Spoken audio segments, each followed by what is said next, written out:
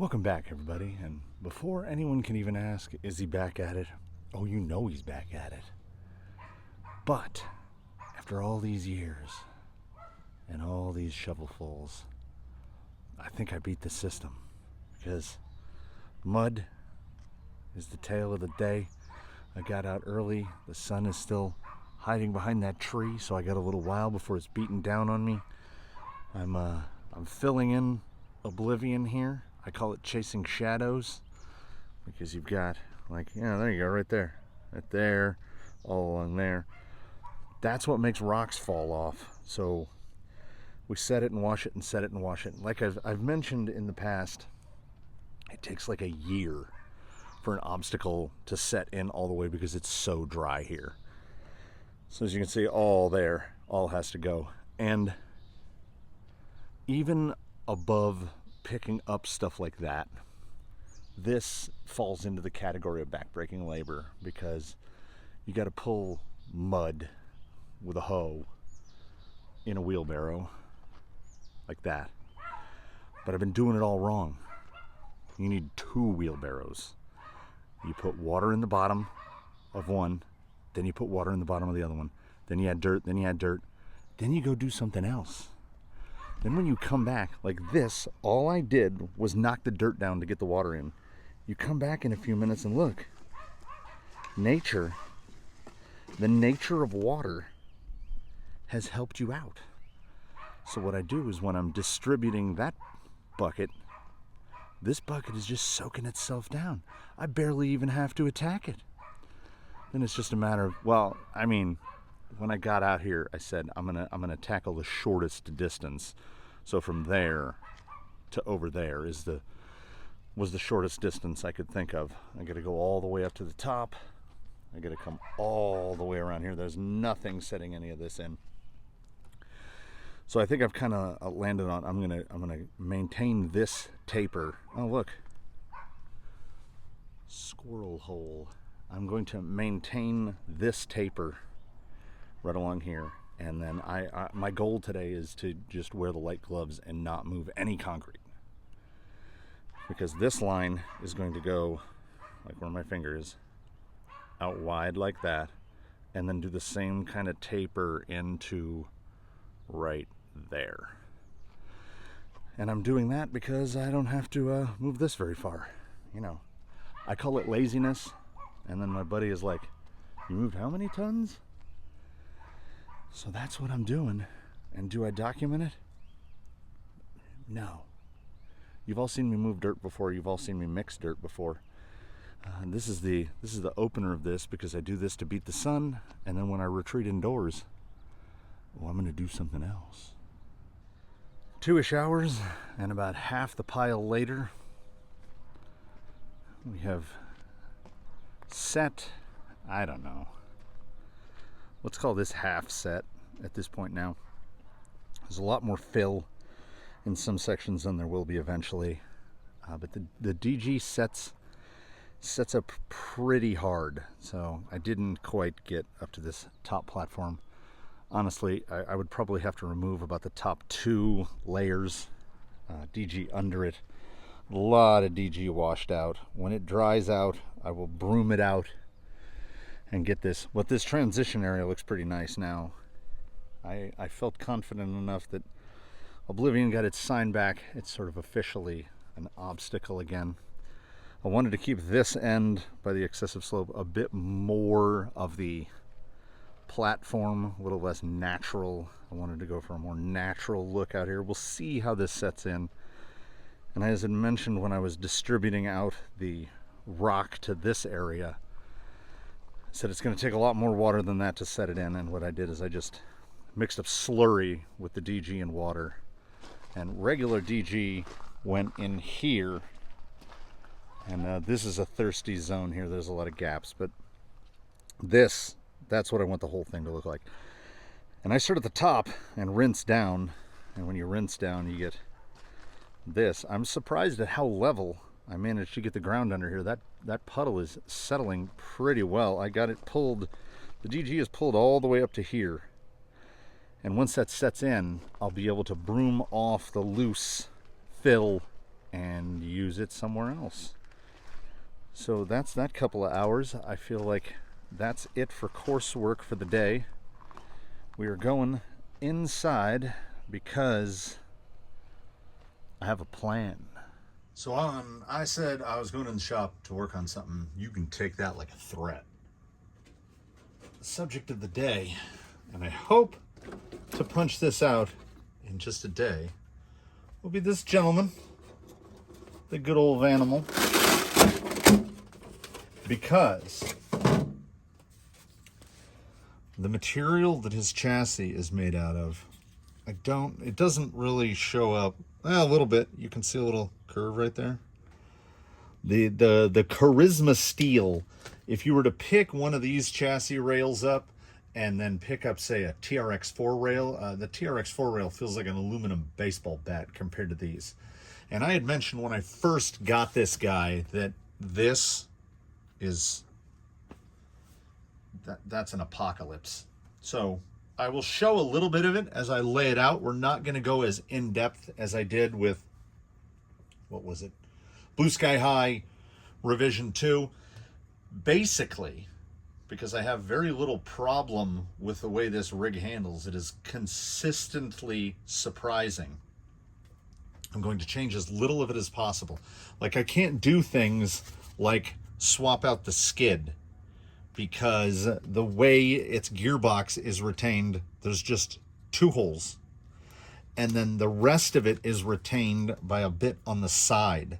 Those 2, this, what I just thought was a motor guard initially when I was building it, no, it is indeed like, it's what holds the gearbox in place. So I can't just swap out his skid to something else. It has to be that skid. He also is running a hodgepodge of stuff in the back, a hodgepodge of stuff in the front, because he came with a very odd battery, like the battery mounted vertically this way, and it was designed to hold like a 2S hard pack. So I think the straight up and down shock position works pretty well. So as I ordinarily do, I'm going to copy those points, but I'm going to give it much more shock positions this way so that I can lay the shock down, so I can run a longer shock potentially, because these are, I want to say, 90 millimeter shocks, and it's a strange thing. I don't want to mess with the geometry too much. His pinion angles seem good, everything seems pretty good, but I do hate the body mounts. So I'm going to build a more wacky looking chassis than even I ordinarily do, in order to just basically use this part, this part, this part, this part. So all this will go away, so that the chassis will have a little whoop, that goes up, because these are basically in line with the frame. I'll do a little tinkering if need be, but I want to keep the skid in the exact same position so that I don't have to change the links, because his geometry, like I say, everything seems really good. Most importantly, though, is changing the angle in the front so that I don't have to step the bumper up like that. I'm just going to bring this straight forward, no kink down. That will go straight forward so that it can run probably, most likely, a TRX4 bumper mount in the front, so that I can just slap a TRX4, because I think I have a TRX4 bumper that is about the same dimension as this, but this has this weird bumper mount. And perhaps most importantly,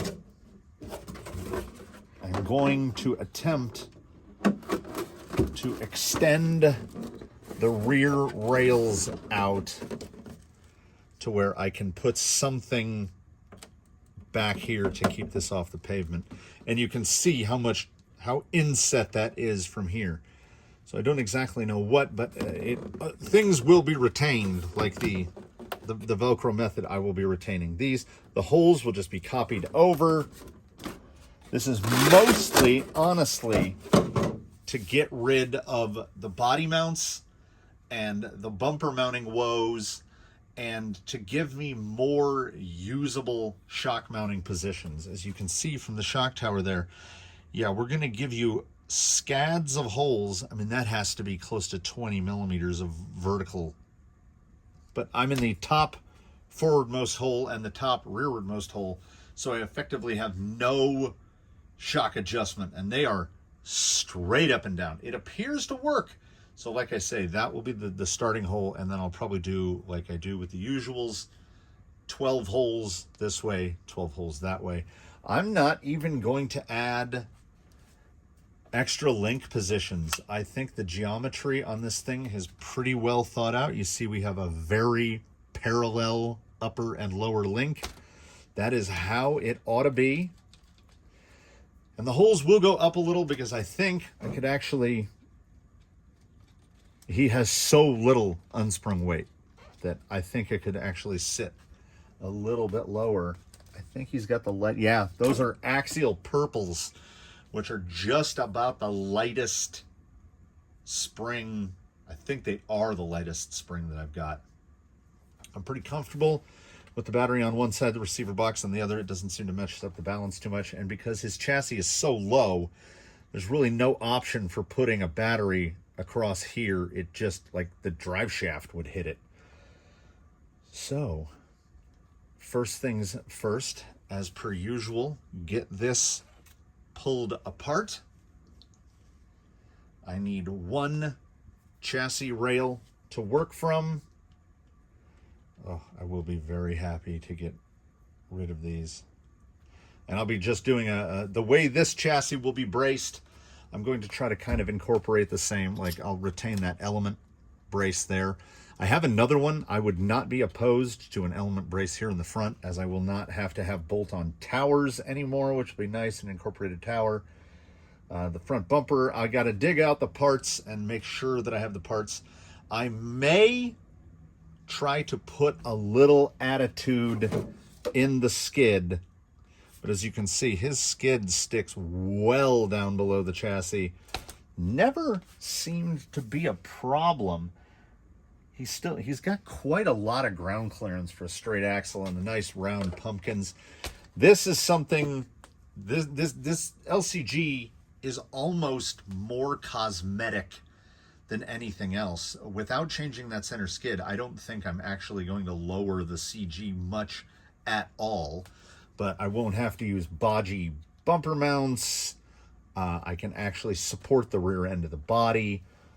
I can give myself some more shock mounting positions. This is bespoke for the sake of being bespoke and, you know, to get rid of this. Oh, so I'm going to pull this apart and find out how big of a piece of aluminum I need. Then I am going to hazardously free cut out the chassis sides and do what I do. So let's go from there. As I continue to pull this thing apart, it's really reinforcing the idea that I'm not so much building an LCG. I mean, look at how little, I don't think you could mount things any lower. Mine will have a little bit different of an arc, because I did notice that during suspension travel, the steering drag link hits the chassis on the other rail. So this is going to go up even higher. It has this pointless, like, look at how little it comes down. It's going to go up even higher, and I'm not going to do curves. I'm all about the seahorse. So this is going to move straight up, and then this whole apparatus will be replaced. I'm going to have to waste some aluminum, basically, is what it is. This chassis could be made out of a piece of aluminum, what, maybe 2¼ to 2½ inches high. Certainly under 70 millimeters, maybe in that 60 millimeter high range. It's going to be awfully long. The plank that I cut Blue Sky High's piece is out of is the same piece, and I think that thing's about 20 inches long. This guy is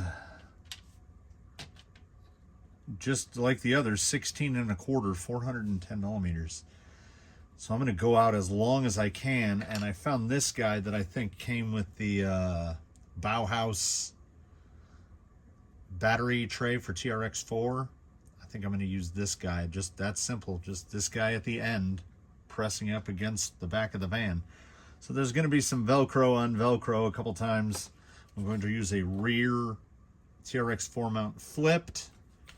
And I'm just going to use 2 TRX4 stock chassis braces, one here in the rear position and one here in the front position, as they are the exact same width as the existing chassis. So there'll be no pinch. This guy will just be running straight rails.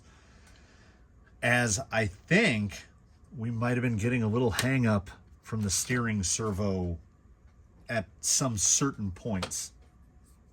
It'll be nice to get rid of as much of these body mounts as possible. And as these line up pretty much directly over the center of the rail, now that, like, you can see how much pinch there is. So if that's just straight now, this guy should be able to mount to the inside of the chassis rail, and they should line up just perfectly. Getting those to line up is honestly, that's the head scratcher. That's the critical part, because the front has play in it. Not a lot, but I mean, enough. So I'm going to have to guess somewhere in the middle. So this chassis is going to be like straight, and then it's going to have a big that comes over. It's going to be super seahorse, and it's going to have to come up to at least there so that I can bolt that to it and discard this and this and this.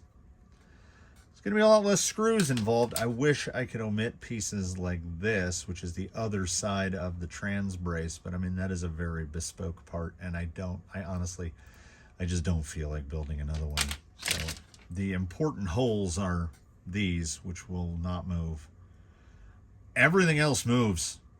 Like the front bumper mount and rear bumper mount holes are going to completely move. The towers will be omitted. And I mean, the towers are about as bespoke as you can get. They sit on a curve, so I mean, that only fits there and the rear only fits there. It'll be nice to get rid of some of these pieces and go lazy brain and just use these. So I need to lay this guy down. I think I'm just going to lay him down on the full sheet of aluminum, clean it off, get the basic marks to get an idea of where I need to put it. Does it look like there's a little bit of a dip in the front of that? To me, it does. It looks like a lot of the engineering has already been done for me. And I mean, it's so flimsy. Oh, shit, I just bent the shit out of it. Yeesh. I will be glad to have this gentleman on some nice flat rails. But I'm also at the same time trying not to rush it. So none of this will appear in video format, but I'm going to go eat a chicken sandwich, and then I'm going to cut some aluminum up. We're going to do it that way. I'm not going to film me eating a chicken sandwich. I'm more thankful than ever that I'm doing this now that I see, like, I don't know if I could return this flimsy thing to its original state. It's got the compound bend in there. As I mentioned, not a lot of holes. I didn't even bother going Dicam blue yet. I gave myself axle lines so I know where to put a high clearance point. But then I noticed how symmetrical everything is. The only difference being where the front body mount is relative to rear body mount. And they're actually mounted at different positions here. So this one just has a little nubby guy, and this one's got a big long one. So I just made them the same. We just went full parallel. And I'm gonna do the same front and rear too. Here's a little hash mark for where the factory chassis sits relative to the bottom. It needs to be way up there like that, because it strikes. Like, you can see it right there. It strikes. I don't know. I don't know what they were thinking there. And the rear comes down to the point where the bridge on top of the little truss on top of the axle is a millimeter away from the chassis. So I am definitely going to, I think I'm just going to do a straight line straight across, raise those equally. The holes look wonky to me, but they line up perfectly with the chassis plate. So I don't know. I'm hoping to only have to make 2 spacers, as I will be using these, And I think I am going to abandon the 2 trays that I was using before, which was a bit of a bodge, because now I'll have space freed up. And you see where this is coming down here. I'll just pick the line that I want, making sure it clears. I'm going very step by step on this. There might be a point where I'll actually bolt this to the side of this to see where all the clearances need to be. And then I think I am just going to put a line and mount. I'm going to basically blue sky high it. I'm going to do a line for where the battery's going to sit, and then I'll do a little flat and it'll just have the receiver on it, because this was all done before the Fusion that's over there got transferred into the Vanimal. So now with a Fusion in place, I need a lot less stuff. There's 2 wires and a switch, so I don't specifically need a big Traxxas receiver box or the side pods. So let's get some weight even further to the front, and as low as possible is the thing. There's the original chassis line, and there's where the OE shock mount point is. So look how high up that is. I'm going to cut a lot of this off. I have to choose the chassis line here. I know it's going to be, see, that's the bottom. I think I'll make that my low chassis line. We'll just move it that 10 millimeters or so. And in the rear, I'm now thinking I have to get body mounts set on here, if just temporarily, so that I can set the body on top of it to see where, because I want this to come all the way to the back, or at least close to the back, as we're going to have that on there. But I would also like, if possible, I can leave a little, like make a little drag skid, and then if nothing else, make a little piece of Kydex and put it on there. Just something to stop the Lexan from snagging on the ground all the time. This is another one of those things where a lot of this is going away. I mean, imagine if that had to drop all the way down to that line. There wouldn't be much left. I think I'm going to leave it a little fatter down here at the bottom, if possible. I know that this notches over the top of the chassis, so realistically, this part in the center has to be cut off right there. I'm going to die chem it. I got this far because I knew I was only doing what do we got here? 10 holes? 12, a dozen holes. So it was not a problem. And those are the only 2. I'm going to add more shock holes, and other than braces and bumper mounts, that's it. I'm also going to figure out where's that guy at? Where this guy needs to line up. And I will just, I'll press this up against the body, and I'll just find out exactly where it needs to go, and that's where it'll go. You ever had the day get away from you? I really had the day get away from me. I just happened to look down at my watch, and I told myself to call it a day 90 minutes ago. I didn't tell myself. I told myself 4 hours ago to call it a day 90 minutes ago. Whoops. So let's start with what came off. This is the bits that are no longer part of the Vanimal. And yeah, that is not an insignificant number of fasteners. I think I might have replaced them all. I don't know if there are any screws on there that were on there before, except maybe the 2 that hold the gearbox on from the bottom. You'll even note the bumper is gone. Got a better solution.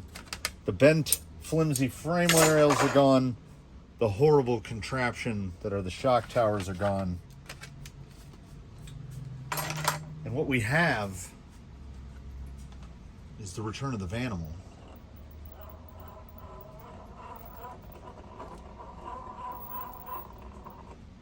Looks pretty much the same. All right. Whatever animal you see, let me know. He's already an animal. He is the Vanimal. So let's see. Well, before we take this off, let's. I'm much happier with this front bumper situation. This is a TRX4 rear bumper. I am going to put red shackles on it because I miss his red shackles. And the plastic shackles are so tight. So, it's mostly done. It's got some finish. Ignore the wiring. Like I said, I was trying not to rush. Next thing I knew, I didn't even feel the time go by. It's like I've been in this zone before. So building this was not really a problem. I don't know. It, at the same time, looks more bonkers and less bonkers than my previous efforts. There was nothing I could do about this. So you've got the steer drag link, and here it goes, here it goes, here it goes. It touches right when the shock bottoms out. So I guess I'm not mad about that. These are 96 millimeter shocks. They are mounted in the lowest, most forward and lowest, most rearward position. So 2 rows forward and 2 holes up. I can run 110 millimeter shocks on this and it should behave largely the same. I don't know if I just never paid attention to it or what, but the Vanimal is crazy light. He might indeed be the new lightweight. Let's do him without the body, and then I'll weigh the body, and then I'll do the math. He is 5 and 1/8 pounds, 5.13 pounds, plus the body, at a whopping 0.8 pounds. So he is under 6 pounds. He's like 5.95 pounds. I feel like in this process, somehow, that I cannot explain, he got lighter. I don't know. Now looking at it, you can see I slapped that Traxxas brace on at a little bit of an angle up here in the front, and then was just like, you know what? The battery fits in between the frame rails. Let's just slap it on there and strap it down. I could have gone a smidge lower. I could have gone significantly lower, honestly. I could have cut this much further up here, drop that all the way in, and the battery could be like right there, because the battery could be as low as right in this opening. All right. You know what? We're here. We're together. Let's see. Is it even possible? Can I get this in here? Because if I can, that would be wild. Does that hit anything? Yeah. Well, does it? Yeah. Damn. I could almost get the underslung in there. It just bonks the drive shaft. I wonder if I turn the brace over, flip the brace over. I don't know. I will have to fiddle with it. This is the sort of things that make me think that a revision 2 is already, like it's already there. Look at, this is a lot of dead space. This is not an LCG chassis. This is a chassis built specifically to accommodate a van. That's how much I love that van. That's all it does. That's the only thing this chassis will basically fit. It's longer than the ruler. It's probably close to 20 inches long. This isn't attached yet. So a handful of cast-off plastic TRX4 parts, a couple pieces of aluminum, bish bosh, slap it together. The intention is to, I have some Kydex over here right behind me, is to build a little skid that goes along here in the hopes of having the bumper slide up, and by bumper I mean the back of the body. Have that slide up and over things a little more easily. So the body still drops on mostly as easily as it used to. The body mounts where they go into the body, where they go into the chassis, are a tiny bit pinched. But he's got the soft ones. He has very little in the way of unsprung weight. The wheel tire set for this is over a pound. So a pound there, 0.8 of a pound for the body. That means all this stuff underneath, including the motor, the servo, the axles, everything else, 3.5 pounds. He's a light boy. And again, I left, well, in weight shaving episodes before, I've definitely learned that, you know, if you take some bits of aluminum out, it's in the grams. You can drill a couple holes in a chassis and the scale won't even register that anything is missing yet. Aluminum's pretty light on its own. I don't know if this will be the permanent situation for the receiver. Another part of me is tempted to just go the Zoidberg method, strap the battery to the top of the servo, build a little plate right here in the middle, stick the receiver right on that. I would love a tiny little receiver box, but the MX6 receiver is a big chunky fellow compared to what we're used to looking at. So I think I'm going to try it a couple different ways. Is there room for the strap? There is room for the strap. So that would unsprung weight the battery. So the sprung weight would drop even more. How will we how will this guy go in his first rock test? I think I might I'm gonna have to fish that through there. But there is definitely room. Oh, I can do it even better. Yeah. I think we might have to go with the Zoidberg method of battery attached to the top of the servo. I guess for test purposes, we should just slap it back on the brace where it was before. I kind of like this spot. It's easy to access, but I just looked at the way the servo mount is on top of the axle, and the way the screws hold it down, I can put a strap around it, then bolt the servo mount down so that the strap will be captive and it won't flop around like Zoidberg's does. Because a Capra servo just kind of floats out in open air. The bracket is this skinny little guy. This guy's got a big plank, kind of Red Cat-ish, like how it is on like an Everest. So that will be the configuration right there for the initial rock test, where we find out, is it the same? Is it better? Did I break it? We find out together. What the immediate result is cutting up more. It's a little bit more of a wide right push than I would have shot for ordinarily. Okay, if we can cross that, we can get that pumpkin up and over.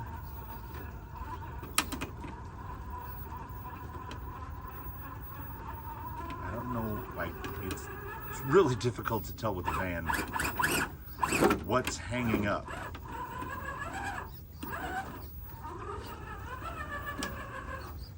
It appears to, I mean, it's got drive. It wants to go.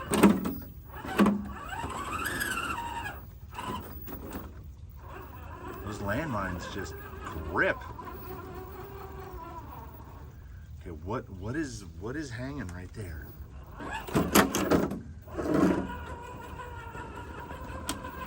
I feel like I somehow got the body lower.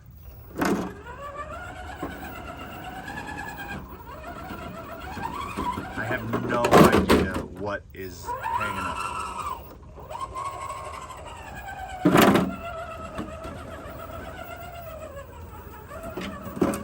Is this just a straight ground clearance thing? Yeah, I guess so.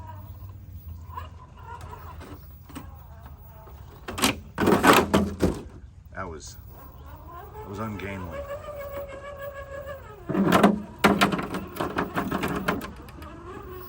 So the hoped bumper scrape prevention incomplete, so it's not really stopping any amount of scraping. So I can get right here. Okay, that's just stuff in the pumpkin right there. Okay, so we get a little wide of that, and then right here, I guess it's just pushing the. See, I can't tell.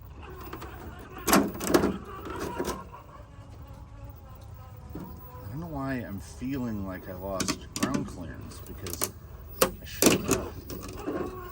shouldn't have. Something feels very different. I don't know if it's good or bad yet.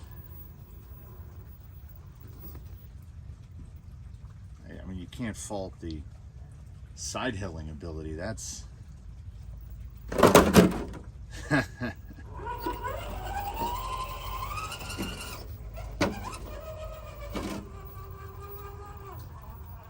I don't know what it is. And we've got a couple quick changes we can try. I wanted to take some simple, like, I think it genuinely feels like that performance on the side hill is worse. Could that be the battery having moved higher? I mean, it moved relative to where it was before. The battery moved quite a bit higher. Now, I feel like that side hill right there is pretty good.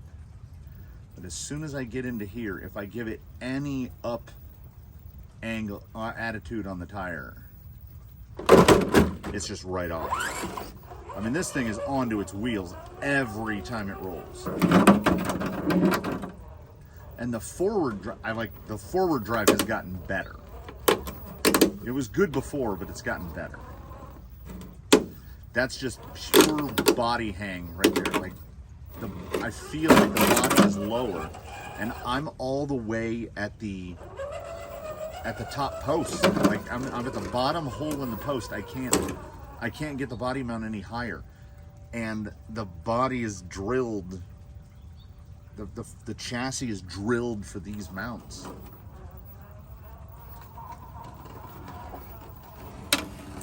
This is a weird thing. In pure side hill, can I get off of this? No. In pure side hill, it feels kind of worse, but everything else feels kind of better. It just feels like it's too low. And because of the way I did the quote unquote shock towers, these shocks, I can only lower this. Have I just made it? Did it go LCG? Is it too low now? Let's see how it manages here. A cacophony. Oh, but that's better. That's much better. Like, he fought a bit to clear this in the placement round, and that was nothing. Just so much body rubbing. I mean, it looks like good tire clearance. I don't know what it is. After this little, that's a decent approach angle. After this little run here, we're gonna follow the rules. We're gonna make one change, and that change is I'm gonna move the battery to the top of the servo. Try to swing this around.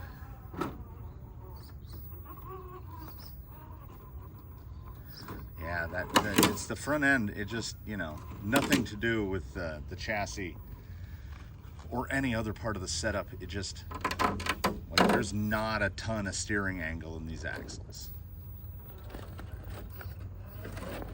It's feeling better. Let's move that battery and see how it feels after that. So full disclosure, I mean, it's not a change, but I did put the retaining pins in the bumper because when I picked it up, the bumper just fell out. Well, I picked it up by the bumper. The whole van fell out. Well, it's a good bumper.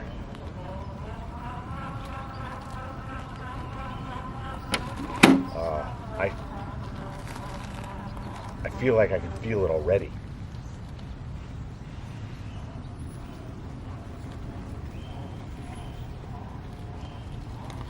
Yeah. I don't know if it's specifically a CG thing or more that it just now he's got more drive on the front axle. Feels super planted in the front now. I mean, that's a really minor change. But is it? Because on the drive back here from the shop, I was thinking, is that pumpkin going to pull? Bump it over. There we go. On the drive back here, I was thinking I can dial a little preload into it. Oh, you can get out of this. You can get out of this.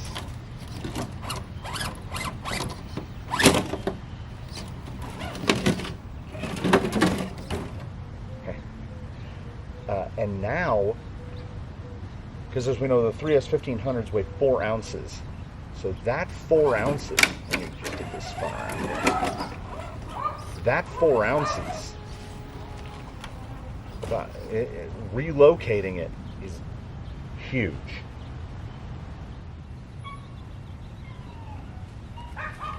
So this is definitely a promising development. Like that, I felt that change immediately. As soon as it tipped into the rocks, I felt it.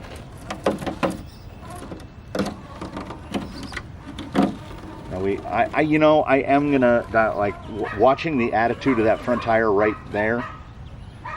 It's clearing. It's not hitting the bumper. It's not hitting the body, but right there, little.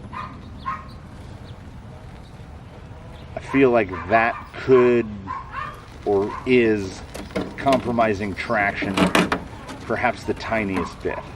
Also, I'm happy to state that the addition of the DG here into this portion of Oblivion, I was worried about it getting too sandy. But I mean, at least with landmines, we're going to get a good, yeah. That's the sounds of the Vanimal. How's this turnabout gonna go? He can, this gentleman can side hill. I'm giving it a little too much steer. That's an iffy spot. Super iffy.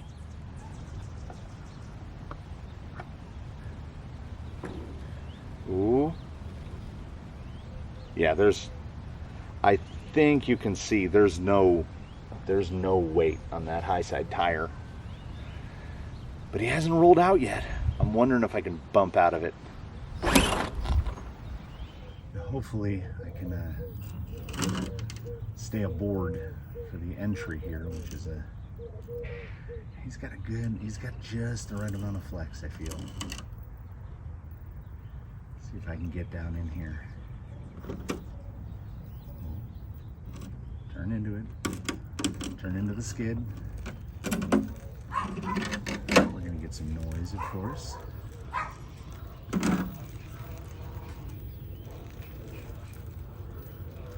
Phenomenally sure-footed. This is, oh, by the way, let's call it 7 millimeters of preload dialed in all the way around. I don't have any weighting on him, so I don't really know what's what. Okay, this is a down shot here. This is a bad angle to take.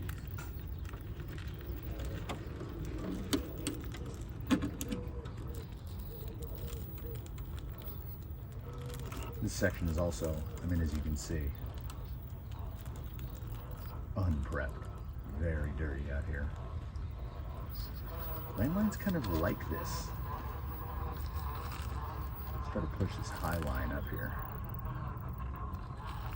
It's around. Then I'm really curious. I'm going to have to get him on the scale. Okay, rear's hung up completely. Get him out of that.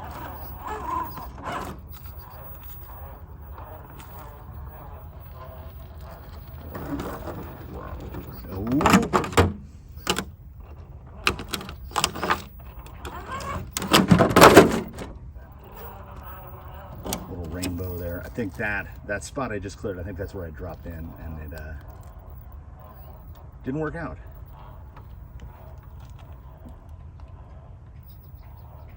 Low and slow. I don't know how much, if at all, I would like to go higher on the preload. Feels good-ish. It's already 2 up. Oh, that battery on the servo.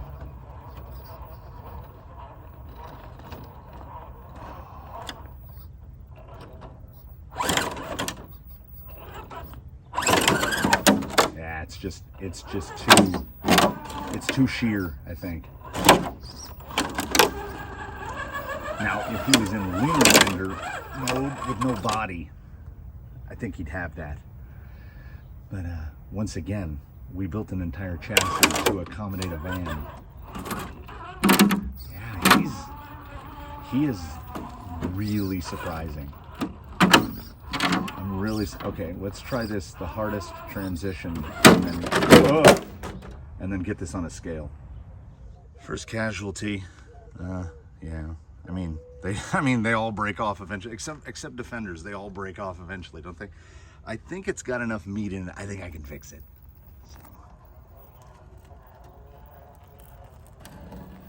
This is the, I don't want to say easier, but this is arguably the easier direction to approach this section. Ride that chassis over.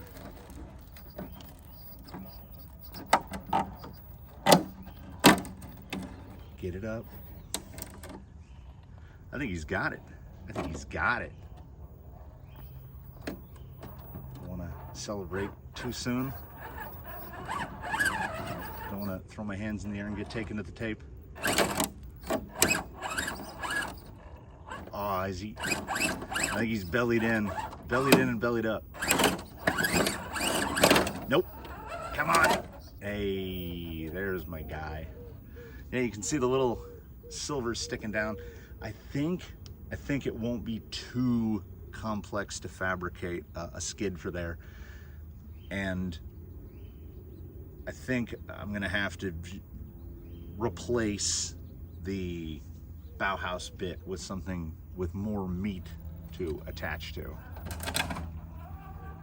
Get out of the box. Aside from one broken mirror, we're looking good. All things considered, I think are good. Somehow, and this is inexplicable to me as much as anyone, you'll notice this tire is kind of at the back of the wheel well. The wheelbase got 1/8 of an inch longer, about 1/8 of an inch longer, and that makes no sense. I never unbolted the link. The links are all attached in their factory positions. So, of course, as is the case with these things, some time has passed. I couldn't abide the wiring situation. I got that permanently mounted. It went in there quite well, which allowed me to move the receiver there right to the center, flip that brace over from the receiver, did the old wrap the wires around a pencil, hit it with the heat gun trick. So now, of course, while it's in place, I can see where things could have been changed. Like I could have just, I didn't take these little guys into account, so they kind of hang off. I'm not bothered. I did throw it on the scales. Of course, the Longacre system is still broken, but the Vanimal somehow mercifully remains sub 6 pounds, if only by a hair's breadth, 5.98. He does, however, have 2.99 pounds of cross, which is a perfect 50%. He loses about 1%. Well, doesn't lose a percent of cross weight. He shifts a percent of cross weight to the driver's, to the left front. The driver's front becomes the heaviest wheel, which is, that's fine. It's 1% of total weight. I'm okay with that. Static split, he's 56-44, which I think is getting into the good zone. I'm genuinely surprised that it's sitting at 56-44. I would think there'd be a little more weight forward. I don't really have a way to compute sprung versus unsprung, but he's definitely mostly unsprung. You can see we've got the motor and the gearbox and the body mounts and the chassis rails, and that's about it. All the supports, all the braces, everything is sticking to plastic, because why not? As I came to the conclusion that the only way to move the weight bias forward in this is to add weight. And I think he runs great, so I'm not going to do that. This is how he will rock for the next round of the Invitational. I'm not going to mess with him anymore. I would like to put the skid in place back here, but again, that's effectively a substantive change, as even though it's just a little strip of Kydex, it's going to put weight to the back. I'm not going to mess with the springs. I'm not going to mess with the shocks. For at least the next round, he will be run in this exact configuration, just like this. I did as promised. I just drilled a hole, screwed it in there. Let's see how long it'll last. Oh, other final note. You notice up here, he used to have these little schwoobies here. One of them went walkabout. I have made similar things in the past, but these are for old Traxxas body posts, so they're bigger. I will be fabricating something. It might just be a plate, something to distribute the load a little better than just these pins, because I would prefer not to push his pins through the top of his body. Everything looks good. Oh, and future teaser. I was talking to the owner of Colonel Mustard mere moments ago, and he asked why is it that some motors face this way, like spur gear to the back, and then, like, say with an Element, you can buy your optional parts and flip it around the other way and run the spur gear in the front. And I was like, I don't know. I mean, one is different. So this guy, if you take out these two screws and the two screws on the bottom, you can just turn that around, plug in the program card, reverse the rotation, it's running the other way. So provided that this will clear this, we'll try it. I haven't tested it to see if it'll actually fit. The receiver might be exactly where the spur gear goes. But if it's not, we'll give it a try. So that is the non-LCG. I wish the calculator would work. I tried it in a couple different browsers, and it was all the same. To find out if this thing is indeed LCG, I think I can confidently call it an LCG if the center of gravity moved down. I'm really very curious as to how the wheelbase got longer. The wheel looks a little more centered now. I mean, I know that there'll be some movement of the body on the posts because, they're basically licorice. I don't understand. Like, how did the wheelbase get longer? This guy was 12 7/8-ish. 12.8, and miraculously got longer. So he's ready. Blue Sky High is going to require some tinkering, as the alternate link positions I chose apparently messed him up. So I think Vanimal is more ready for round 2 than Blue Sky High is, at least in theory. So thanks for watching this one. it kind of went all over the place. It's a non-LCG LCG in order to better accommodate a van. Still definitely some work needed back here. Although, other than that, I'm pretty happy with it. I hope y'all are happy with it. You know, leave a comment. I love comments. I'm not, you know, this might be the last time I say subscribe if you haven't, because I don't think it helps. So, thanks again for watching. I do indeed look forward to seeing you in the next one. And have a good one, everybody.